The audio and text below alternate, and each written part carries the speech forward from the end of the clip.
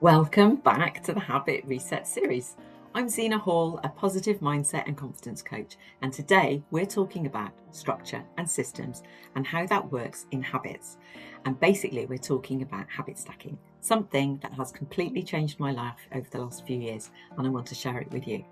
Now, systems can sound a little bit dry and rigid, and let's face it, used to be my job title in IT, but the truth is, systems are what make your habits feel effortless. They take the pressure off and they remove the decision fatigue that we are all facing in this busy world of ours. And they help you build consistency without relying on motivation. And one of the simplest, most effective systems you can use is habit stacking.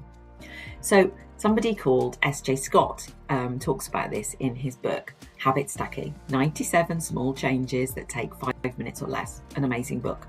You can also find out more in James Clear's book, Atomic Habits, and he talks about it. And this is all grounded in psychology principles and the association of conditioning. Okay, so over time, the compound effect of doing a habit all adds up. So each time you do it, it builds, okay?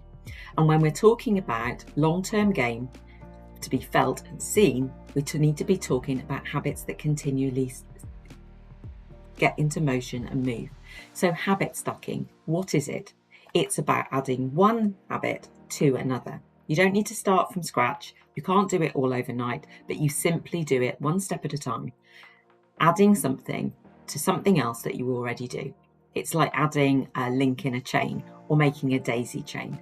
So we want it to become a routine, we want it to become a rhythm, we want it to become something normal to you. So how do we habit stack and how does it work? So I'm going to talk about my morning routine. It didn't happen overnight and you don't have to have a perfect morning routine, but I'll tell you about how mine works and what it looks like. So I start by getting dressed and I always get dressed into my gym clothes. That's my first cue. That signals to me that I'm going to be doing some exercise. I then go downstairs with my journal, I put the kettle on and I make my cup of coffee in the morning. And while the kettle is boiling, I stand on one leg and do my physio exercises of bending my knee up and down to help my knees strengthen. This tiny little window anchors my brain and my body and it tells it I'm ready for the day. I then sit down with my journal, which is a 6-minute diary. I do 3 minutes in the morning and I do 3 minutes at night. It's not overwhelming, it's just there. And I've been doing that journal for the last 3 years. And it grounds me. It's a habit. I've built it over time.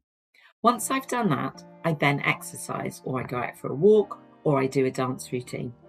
And if I'm heading outside for a walk, I generally do a little video or I listen to a podcast and I think. And I generally get into my own space in the day. Not because I have to, it's because that's where my creativity starts when I'm journaling and when I'm out and I'm doing things. So each day I ground myself, I do exercise, and those things add up. Each of those tiny habits is stacked on top of the previous one. One leads to the next. There's no friction, there's no overthinking, I don't have to worry about it, there's no shoulds or shouldn'ts, it's a chain. One thing leads to another. So each link is the next thing that tells your brain to do something. So why does habit stacking work? It's because we're using something that our brain really loves, and that's patterns and structures. Your brain's constantly looking for cues and signals that tell you what to do next. When you pair one behaviour or a habit with an existing one, and it's a cue, your brain forms a connection between the two. And over time, this becomes automatic. So this is called context-dependent memory. Your brain remembers what to do next based on what you've just done. So for example, we go back to mine. When I put the kettle on, my brain expects me to do my physio exercises while the kettle boils. When I sit down with my coffee, my brain expects me to pick up my journal and do it. And my journal is there, I've taken it downstairs with me. Once I've done my journaling and I've done my thinking for the morning, which might take more than 5 minutes, but sometimes 15, I know that I'm going to need to do my exercise. No motivation needed, no discipline, it's just a design, it's the structure, there's structure there, it's healthy habits, built beautifully on top of other ones. My advice is start small, let it grow, let it develop. Most importantly, habit stacking is built over time. Okay, one link in the chain goes to the next. So if you're thinking of a daisy chain, adding another daisy. So my routine didn't look like that on day one. It's grown over time. It's grown naturally. There's no overwhelm in it. It's just what I do now. And to start with, I wasn't perfect. So choose one tiny habit and attach it to something you're already doing. Let it become part of your rhythm. Let it become part of your day. Start small, okay? This is how sustainable systems are built. Stopping habits we covered in, I think it was video 4, the emotional regulation. So if you're wanting to stop a habit, then go back and watch that video, because that will give you some ideas of how to stop things and how to interrupt things. And then finally, the structure you are building. This is your safety net, okay? So when life gets busy, when motivation dips, because it does, when you get tired, you're stressed, you're overwhelmed, your structure catches you in the safety net, okay? Because it's already what you do every day. So your system holds you, contains you. You habit stack and you keep those things anchored. This is why the structure doesn't restrict you, it actually supports you. It gives you some stability, predictability. You can cut through the chaos. You don't need to make a decision of what you're going to do. So today, think about your routine and what you can think about adding one thing to. Don't think about perfection. Don't think about anything like that. Just think about progress. So what could it look like? One small habit change, something that you already do. What is that one thing? Is it putting the kettle on?